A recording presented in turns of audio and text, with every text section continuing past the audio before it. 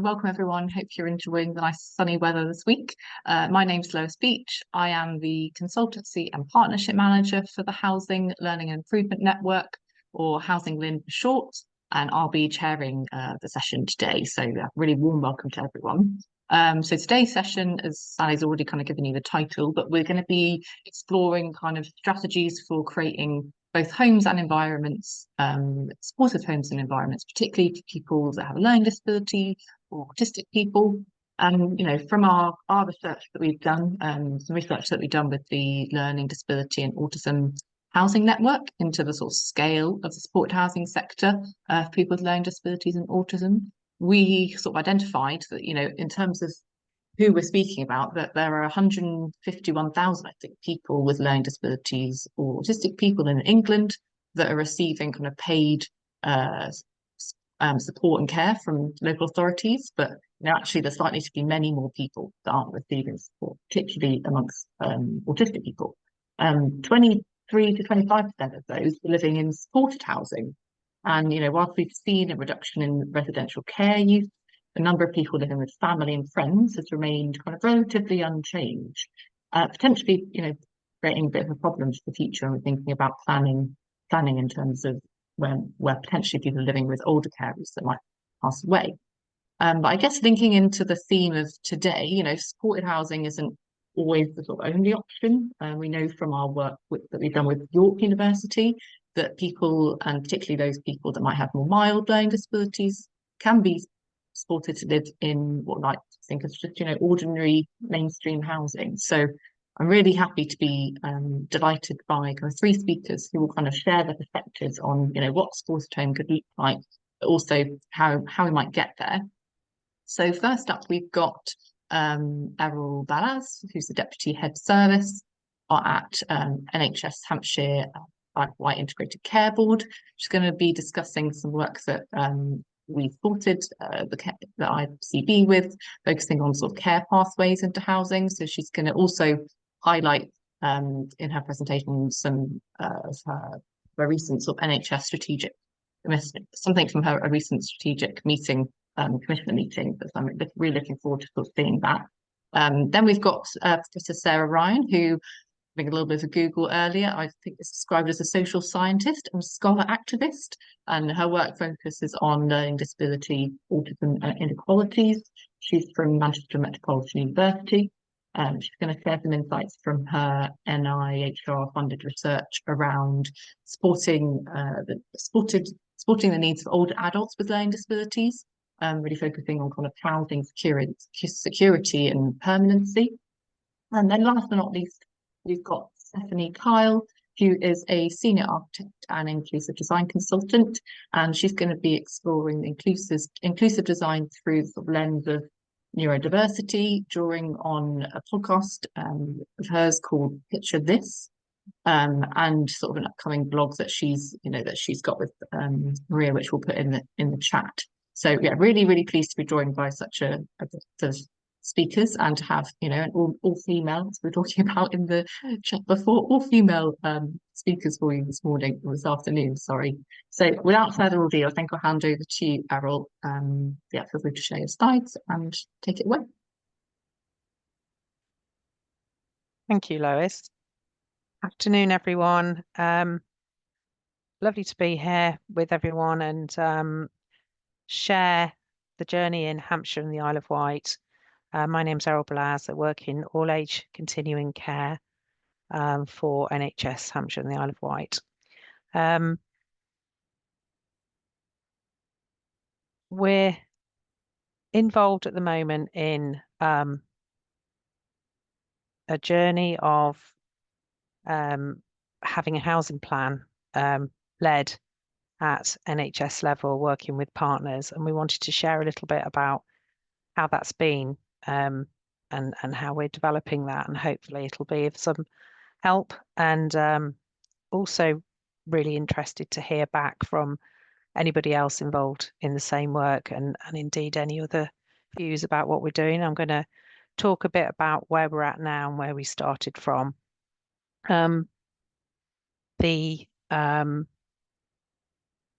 The The document you can see on the right is one that you may or may not be familiar with, but it's a key policy document that was introduced way back in something like 2014-15 and reiterated again in around 2022. And it was particularly focused on those people that end up stuck in hospitals, perhaps for a long period of time, so that group of people are very highly scrutinized, and there's still not always a great journey for people, and they will end up in hospital. But we are also concerned with people that are in the community that don't have enough choices because they may have particular needs, and there isn't a suitable accommodation. And we think that also leads to more people, going into hospital, and I'll talk a bit about that. And through this journey, we've ended up working with so many different partners and really widen our sphere of influence. And that has required a lot of effort internally as well as externally to gear ourselves up to working with those new stakeholders. So just a bit more about that population. So when we looked back in January again at where we were at in terms of the inpatients in Hampshire and Isle of Wight, where we have to track, and we're obliged to track, anybody with an autism diagnosis who's admitted to any kind of hospital, and we're very highly scrutinised on that. And at the moment, we have around 55 people in hospital for that whole area. And that figure does fluctuate because actually the group that we are working with are not people very often that have been in hospital a long time, unlike the group perhaps from around a decade ago. There are increasing numbers of people being admitted, and they are increasingly young. And so where we're saying on the one hand at the bottom, the number of long stay patients are reducing, and since 2022 there have been about 180, 190 discharges of this group, but then there've also been new admissions because there isn't the right accommodation around for people to live well and live safely in the community. So what are we doing about it? Well, we were doing a lot of bespoke work to create the right environment for individuals to live well in the community. But we found that, about 3 years ago, it was really quite fragmented. It was rather unsustainable and was very variable.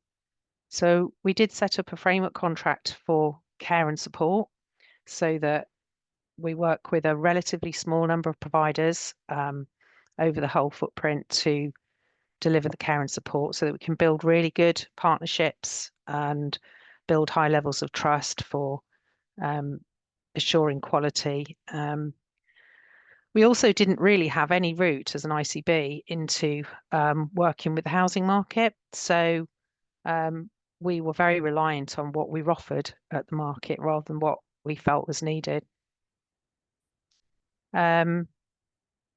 So overall, we didn't really understand our bigger picture, and we felt we really did need to, do better. And we were seeing as well that bespoke needs weren't terribly well catered for.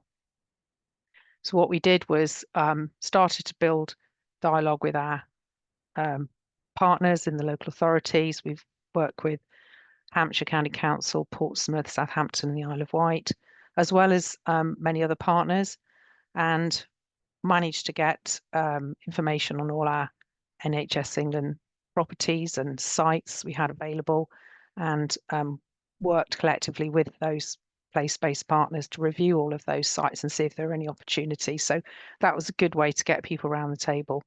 And then we worked closely with our regional lead.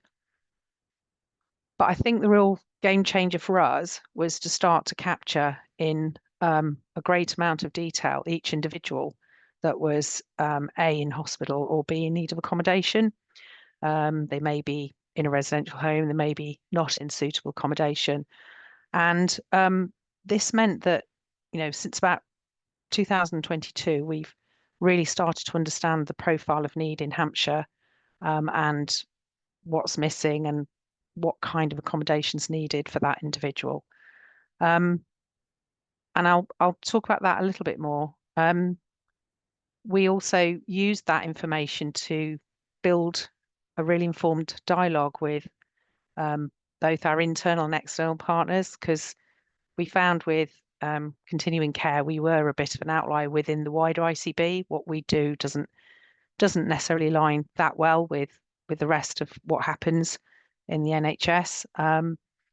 And we started to understand a bit more how we could gain access to private investment as well as public capital, because anybody who knows to try to apply for an NHS capital grant, it is very, very limited. And we needed to understand how we could make that work in the context of an ICB. And we started to develop broader liability agreements around voids and nominations agreements, with the belief really that we needed to share some of the risk and not expect all our partners to do that. And really starting to build that story around this population and a vision. And this is where we also, in 2023, brought in HousingLIN, and we're very pleased to get their expertise on helping us to develop a strategy and a forecast of what we thought we needed for this population over the next 5 years. And we think we need for this, let's say the top 5% at the moment of this population, around 50 new units a year for the next 5 years, which doesn't sound a lot, but we are talking about quite bespoke accommodation. So this demand profile meant that we were working very proactively with case managers and getting them to complete something called a demand profile referral form. And you probably can't see it, but it's mostly pick lists, and it breaks down information about the person, their profile, their current situation, but how their future needs could be met on a range of domains. You know, their auditory needs, all sensory needs, all kinds of things really, and whether they could share accommodation. And this is still an Excel spreadsheet. It's really, really clunky, but it's been so incredibly valuable to have that information. And it took a while, for us to kind of get that way of working embedded. But I think it's been well worth it. We can pull off quite a lot of reports from this, so that at any given time, it helps us to engage with our partners, and we get offered things and we can say, actually, we really don't think that's going to be suitable, and we've got the evidence to show this isn't something that we need. You'll see just from that, by the way, that most of the group are really quite young, and again, this is part of our story, that if we can invest in people's lives early on, this is another game changer really. Some of the examples, and these are just a few of considerations with each of the projects we've done so far, and we've developed around 35 units so far. These are some of the things that have been looked at. So there's the standard, quality required for specialist supported housing, but also lots of other quite bespoke adaptations. One person, for example, had been in hospital for around 5 years, and it seemed to be one of their main challenges was being addicted to fluid.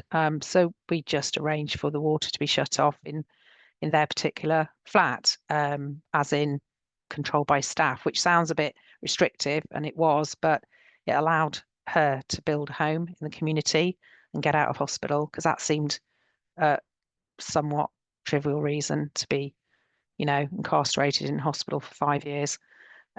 So all sorts of things where we were able to look at really detailed considerations, but also keep capturing that as we go along. So in summary, we're all about trying to widen the choices for people with a learning disability and autistic people, and just improve the supply. We're very much still on that journey. and to take a population approach, and try to also use that information to work with community services, because that's really, really key. And I don't think we're there yet in terms of having that integration.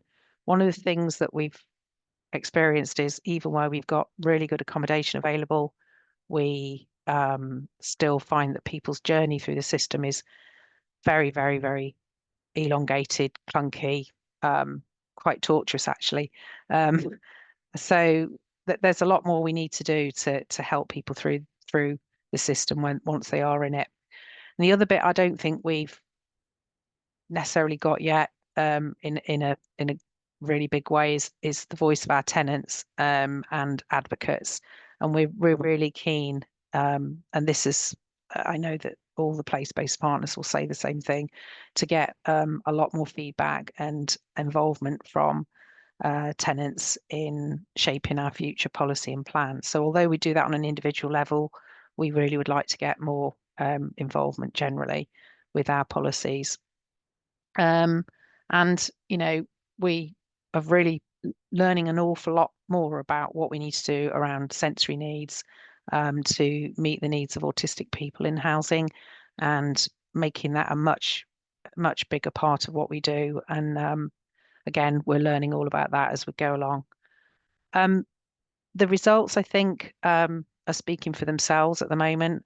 We have seen some really, really good outcomes, and I think in general we can summarize them as a reduced prevalence of behavior that displays as challenging, reduced medication, and just people having a life outside of hospital, and being able to also plan a move perhaps out of the family home. And also seen our care and support providers really step up and be enthused about supporting people in this accommodation. Just last slide, really, just an example about our latest scheme. This is a 4-house, 2-bedroom house scheme done jointly between the ICB and Hampshire County Council. So the ICB signed the Voids and Nominations Agreement with Registered Social Landlord, one of our partners we work with, and the council commissioned the care for this particular scheme. Very ambitious, taking younger people who've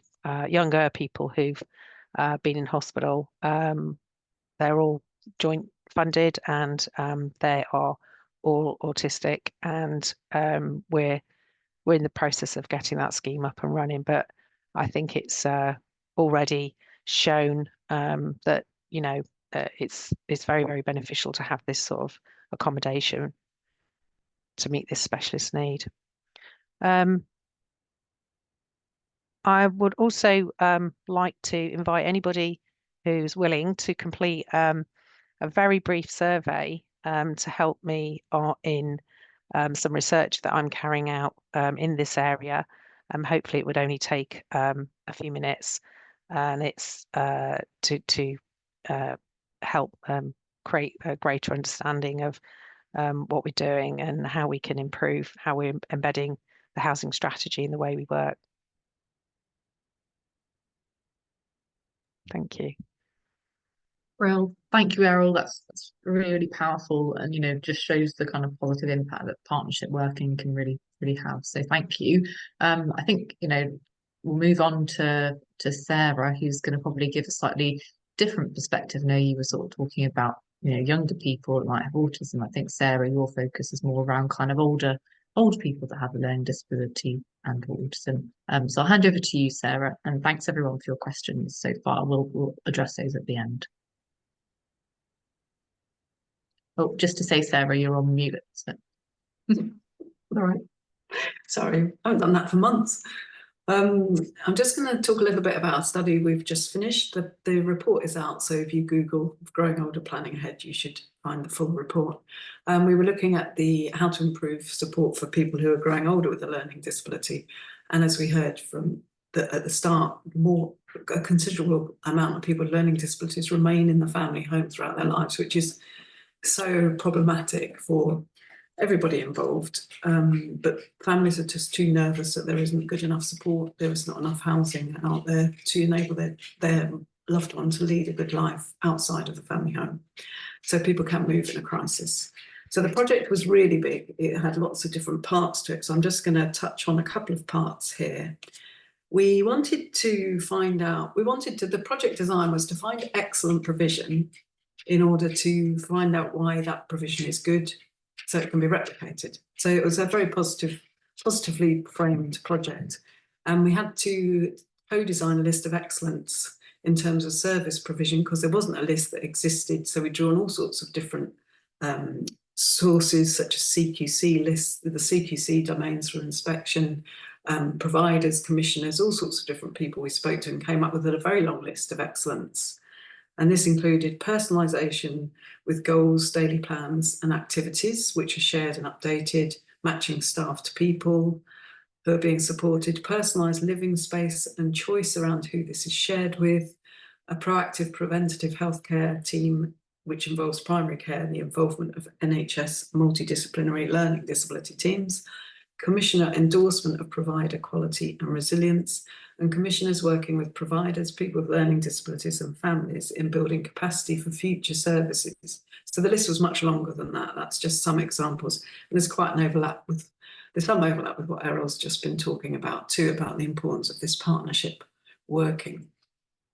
So this bit of work followed following on from developing the criteria of excellence, we did a mapping exercise across the country looking for good services, speaking with commissioners and providers around excellent support they know of. And we produced a short list of 15 services and we narrowed this down to 8 services for the next part of the research. Now the services were in four types. There was people who lived in independent supported living, people who lived in residential nursing care, people who lived in the shared lives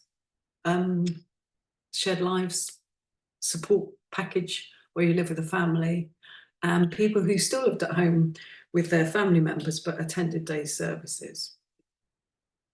So we picked 2 of each of these types of living space, and researchers with learning disabilities and family carer researchers spent 20 days at each of these places across weekends, evenings, and hung out with people and did whatever people were doing, went out with people for the day, chatted to people and interviewed the people living in these places, the commissioners, the providers, family members. So we had like a 360-degree view of what the support was like.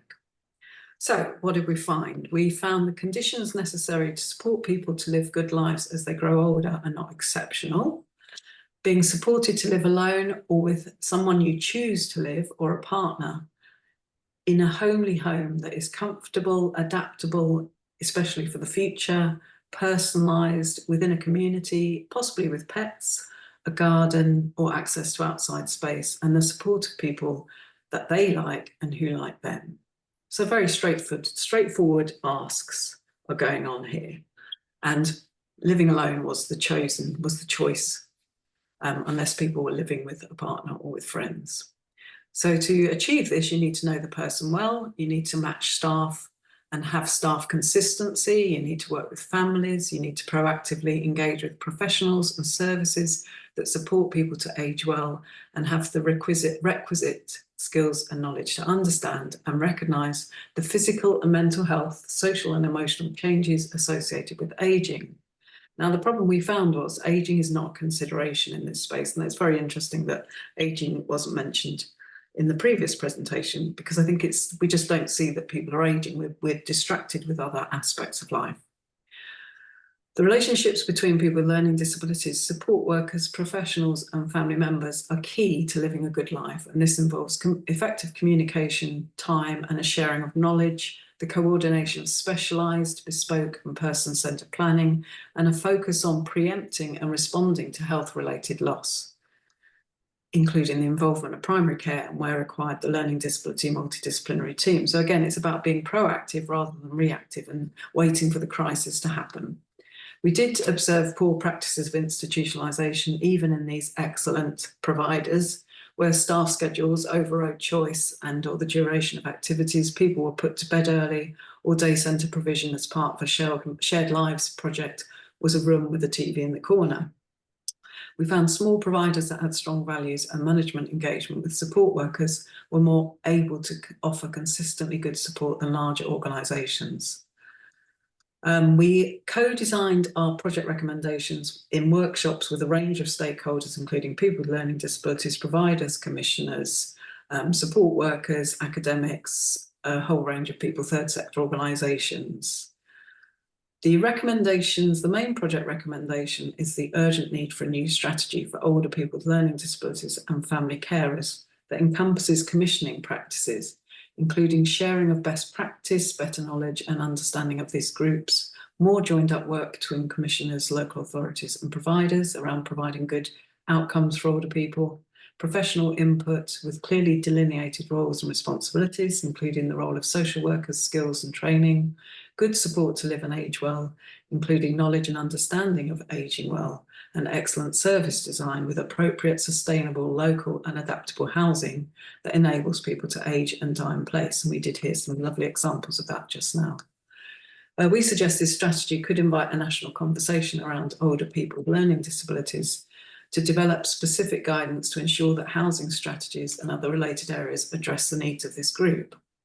Below the umbrella recommendation, we had 3 subsets of recommendations. So first of all, to improve oversight and learning across the sector, we suggested introducing peer learning and critical friends among providers and commissioners, make the good well known and have an open and supportive peer learning set up, fund self-advocacy groups to support decision-making by people locally, and have services and commissioners proactively listen to people and their families, again, overlap with the previous presentation.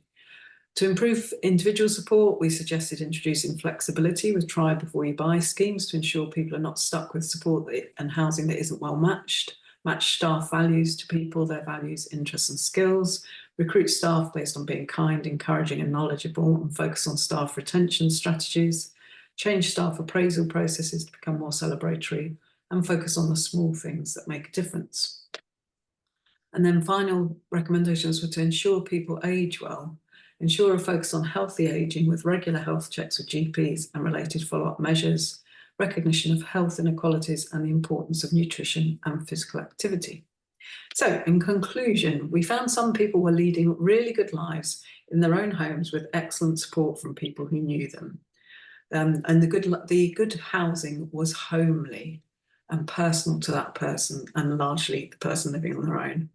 We found even largely excellent services vary in their proactive approach to planning for older age support and end-of-life care.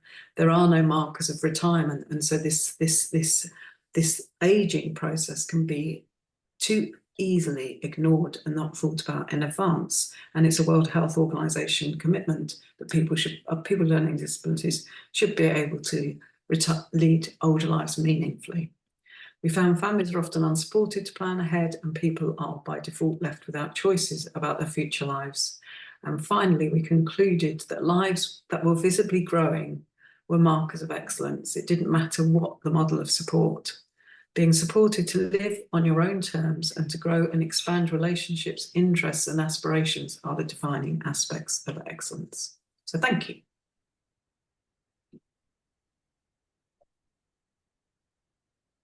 Brilliant. Thank you so much, Sarah. Maybe we can pick apart the lives that are visibly growing. I like that as a term, maybe in the Q&A. So thank you. Conscious of time, so I'm going to hand over to Stephanie. Stephanie, do start presentation, and you've already started sharing in advance. That's fab. Yep, I'm ready. So can you see my screen? Yeah, we can see your screen. Yeah, full screen. Cool. Right, so I apologise in advance for the speed at which I'm going to fly through this, but there's so much stuff I want to tell you, so it's just going to have to be speedy. So let's start with neurodiversity inclusive design. I know that some of you may already be aware of what neurodiversity is, but I'll just give you a quick overview just in case. So there are 3 cognitive profiles. There is neurotypical, neurodivergent and neurodegenerative. Neurotypical makes up the majority of the population. So the majority of the people in our population are considered to be neurotypical, meaning that their brain structure essentially is typical. Neurodivergent, meaning your brain structure is just different, not good, not bad, just different. And neurodegenerative, which is where your brain rewires itself over time due to a degenerative disease such as Alzheimer's or Parkinson's or something like that. So these neurocognitive profiles are the things that influence the way we act, speak, move, communicate, process information, and that sort of thing. Neurodivergence is a spectrum. A lot of people think the spectrum looks like this, and I appreciate this is the way the medical model has to kind of represent neurodivergence so that people can get the right level of support. But it's important to remember that being neurodivergent is not just autism. You've also got ADHD, you've got dyslexia, dyspraxia, dyscalculia, all of the other types of things. And then in terms of neurodegenerative as well, you've got all those variations in like I say, the way you speak, think, act, move, process information. So a lot of people think the spectrum is like this, and it winds me up when people say, oh, well, everybody's on the spectrum somewhere. Absolutely not. No, you're on it or you're not. But if you are on it, the spectrum looks like this. It's a spectrum of characteristics. Now, if this is a spectrum of characteristics for autism, and these are two autistic people, they have different needs in different categories, basically, but that does not make one person more or less autistic than the other one. In actual fact, the one on the left is mine because I'm autistic. The one on the right is my brother's. Now, he's not autistic, but he has got ADHD. And there is a lot of overlap in some of the characteristics of both of those conditions, but they are more secondary in ADHD and primary in autism. So if we were to swap this spectrum of characteristics out for an ADHD one, some things might be taken out, like abnormal or flat speech, that might be taken out and be replaced with impulsivity or executive dysfunction differences. The main thing that all of the neurocognitive profiles have in common is sensory processing and the way that that information is processed. This is the one that's most relevant to designing in the built environment and designing buildings. So everybody knows the main 5 senses, but then we've also got other ones that people forget. So there's vestibular, which is your sense of balance and coordination. You've got, so your vestibular sense is your balance. It's being able to sense if you're in a car and you're moving, if you're in a lift, being able to sense if you're moving up or down, if you're spinning or something like that. We've got proprioceptive, which is your sense of where your body is in relation to itself. So that's your hand-eye coordination, your grip. So if you've ever heard, oh, somebody's very heavy-handed, they just have a different sense of proprioception.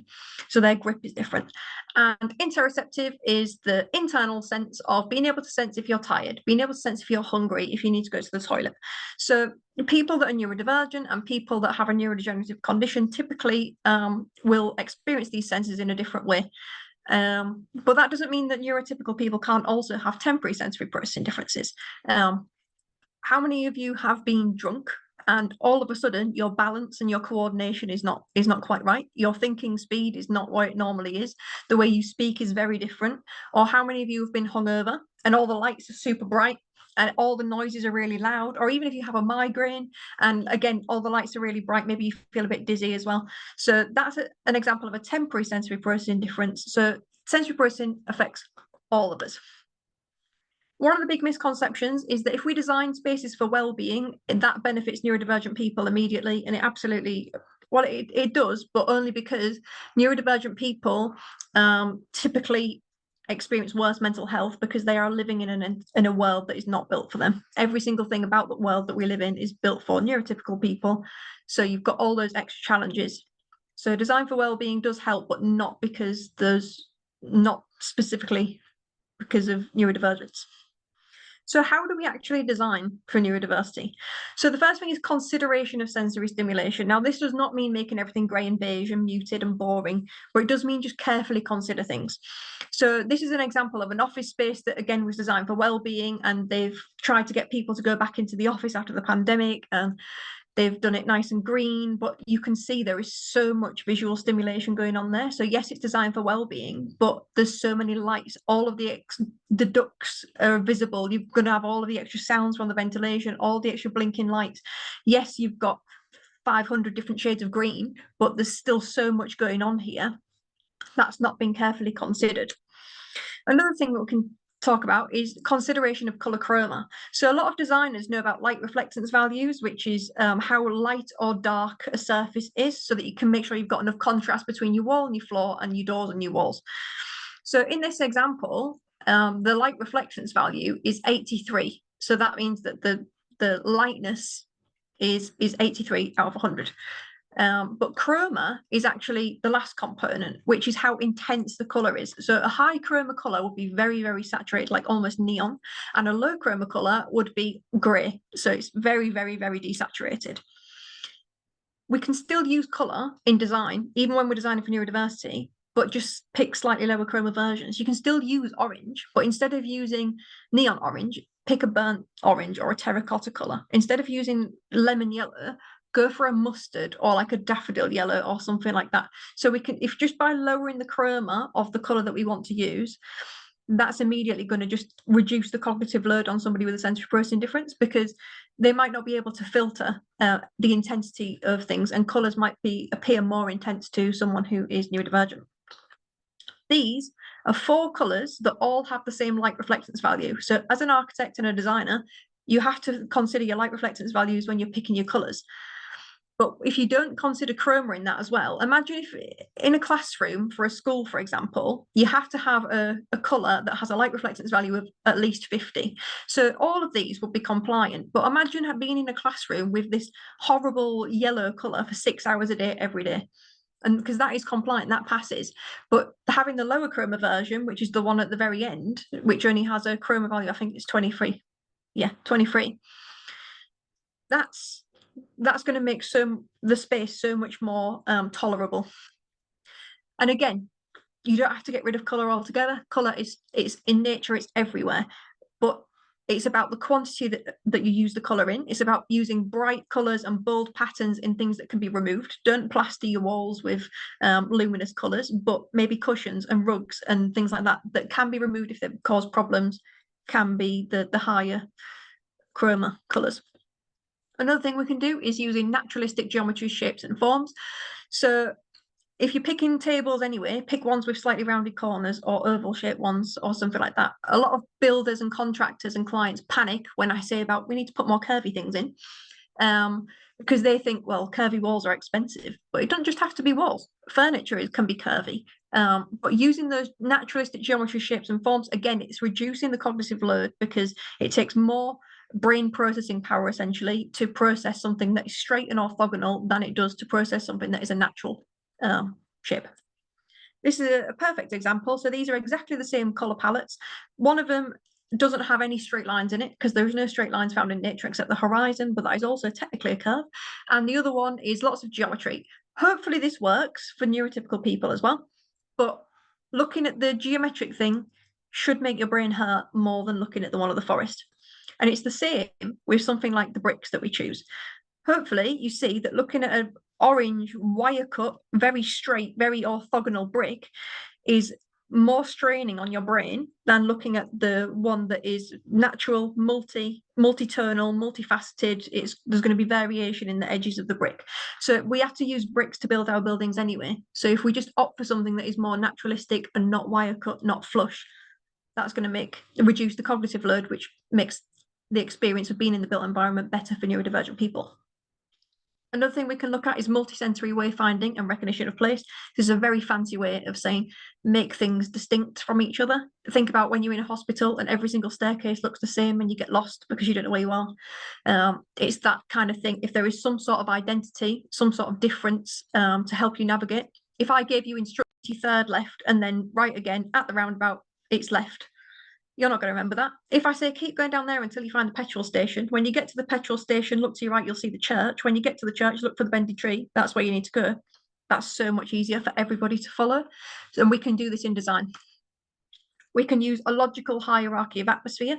So organizing our spaces, even though it's a small space, we can split it into kind of zones and providing like a preview zone so you can see what you're about to go into, a transition zone, a semi-private space, a semi-social space, a social space and a task area. Using design, we can zone these spaces to make them feel a lot less overwhelming and it's more logical. And this is an example of how all of those things can come together. So we've got the multi-tonal bricks, which adds a textural element because tactile exploration is super important. We've got low chroma colors. Yes, we're still using yellow, blue, orange, green, but they are lower chroma versions. we've got zoning on the floor, but the LRV difference in the floor finishes is less than 10, therefore it's not going to be perceived as a step. So it's about breaking down one large space into lots of zones that feel like different kind of atmospheres, and that is it. Super fast. Hopefully that was within the 10 minutes. I can't see what's That was incredible. Yeah, that was very to time and not too quick. And yeah, thank you so much. That was a really fascinating presentation. And thank you to all of our speakers as well. I do encourage everyone to put any additional questions you might have in the Q&A, but I have seen a number kind of come through already. A number I think are kind of kind of focused towards some of the work that you've been doing. I think I noticed one of the first was around where's I put it? Yeah. Oh yeah, was the void liabilities with housing providers. That was one of the first ones. I don't know if you want to just sort of touch on that sort of question. Yeah. First thing is, I think making a case for that. I think traditionally there were some very standard agreements and standard lengths of time that councils used. And what we found was the level of investment needed for some of the bespoke homes that we needed to create. It needed to be more, it needed to be longer term, and hence why we needed to make that case with our own organisation that we were to take some of the share of that void risk. However, we sort of started slowly by having a proof of concept, perhaps for 1 or 2 or 3, units, and then showed how effective that was, and showing that it is a good investment, and that's what we've been able to do, is make a case for that, counteracted by a very small void bill that you actually end up occurring. So I don't know if that answers the question. Yeah, that's helpful. Thank you. I think whilst I've still got you, there's another question that's around kind of using some of this work, I guess, to influence some of perhaps the housing pathways of other kind of groups of people. Groups of people can be quite clunky terminology to use, but just whether there's anything you guys are kind of exploring Yes. In terms of that. Absolutely. So this is, I think actually that having a focus to start has been really helpful, because again, it has helped us have a proof of concept, deliver something, and really get that ball rolling. Apologies about that. I think Errol, you've indicated you'd like to answer I think we've got a last question for yourself around involvement of HIAs in the work that they're doing in Hampshire. So hand over to you. Sorry, I wasn't sure how to. I mean, we're not directly involved, but any sort of further question on that, yeah, please let me know. But we're not directly involved at this point with that. It's fine. I guess maybe that question was about whether there was, an individual that you might have partnered with as part of this partnership work. But yeah, that's absolutely fine. I guess from like a partnership perspective, I'm assuming what from your experience, what has been the kind of best, I guess, catalyst for building those partnerships? Is it just about having open and honest conversations with people? Yeah, what from your experience, what can others sort of do to replicate some of that? Well, as I said, having a picture of the needs of your population, but at a granular level in advance as much as possible. So start planning ahead. And in September 2022, we did share that with we shared an analysis of that with our housing partners, who at that stage were very new partners. We just got a list of everyone that we knew about from the local authority, housing partnership register, and other both landlords and developers, investors. We shared that information and invited expressions of interest for anybody who wanted to work with us. So because it was so early on in our journey, we were able to do that. I'm sure that some people have perhaps like direct relationships with housing departments. We don't in the ICB, and actually, as it happens, Hampshire itself has 11 district councils, so there's a separation there as well. So we just reached out direct, basically, but we had the information to share. So we did get quite a lot coming out of that And then, as I say, the offering to share the risk, I think, is a big one, especially in Yeah. the current climate. Yeah, definitely. Brill, thank you for that. Okay, I'm conscious we've only got 3 minutes left. So any final comments or things that any of our speakers wish to share or point people in the direction of, please do feel free to share those now. If not, I think I'll wrap up the session and let everyone get away 3 minutes early. Do obviously put your hand up if you want to say something. But yeah, really appreciate you all coming to speak with us today, and thanks to everyone that joined online as well. We've got another happy hour, probably what I should be telling you is what we've got on next week. Sally will be telling me off after this. So next week we've got a session on it's labelled Diversity Still Rising to the Dementia Challenge. So it's in tandem with World Alzheimer's Month. So we've got a group of speakers. We've got Vic Rayner from the National Care Forum, along with I think 2 sort of smaller I guess sessions. So it looks like all right roundtable and panel debate style sessions. So yeah, do sign up to those if you haven't already. And otherwise, thanks everyone. Have a lovely evening. Really nice to see you. Thanks.